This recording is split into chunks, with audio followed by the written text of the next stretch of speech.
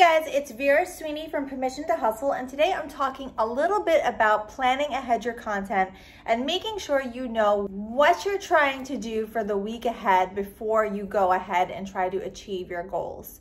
Many times, a lot of people just wake up in the morning and sort of wing it.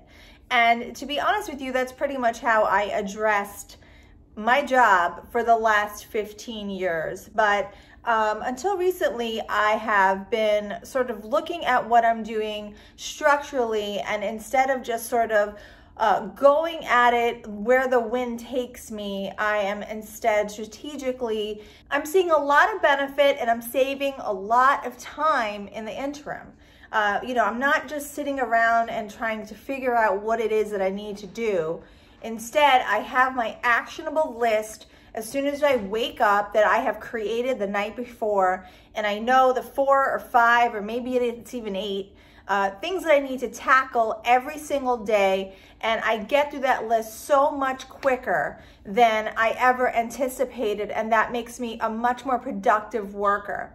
Now, maybe my day is only a 3-hour day with this new work ethic. And that doesn't mean that I'm slacking because I only work until 12 o'clock, 1 o'clock. I've gotten so much done within those hours. So when you have an actionable plan, maybe your workday shrinks a little bit, but believe me, you'll get a lot more done in a short amount of time than how you used to spend 10 hours in front of the computer, just sort of hoping that something pops into your mind and gives you some sort of inspiration.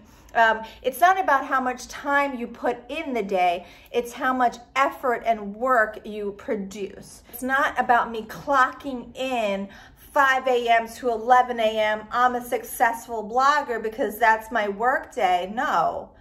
It's, did I do the 10 powerful things that are going to push my business forward? And listen, if that only took me 2 hours because I really knew what I had to do, then that's a great thing. So when you have an action plan and when you know what it is that you want to do, those days start to get a little bit shorter and shorter, and then you get your life back. And isn't that the goal? I mean, isn't that what we all want at the end of the day? So try to sit down on a Sunday or a Monday morning, maybe not Sunday because Sunday is for families, but sit down on a Monday morning and really sort of outline what it is that you want to do.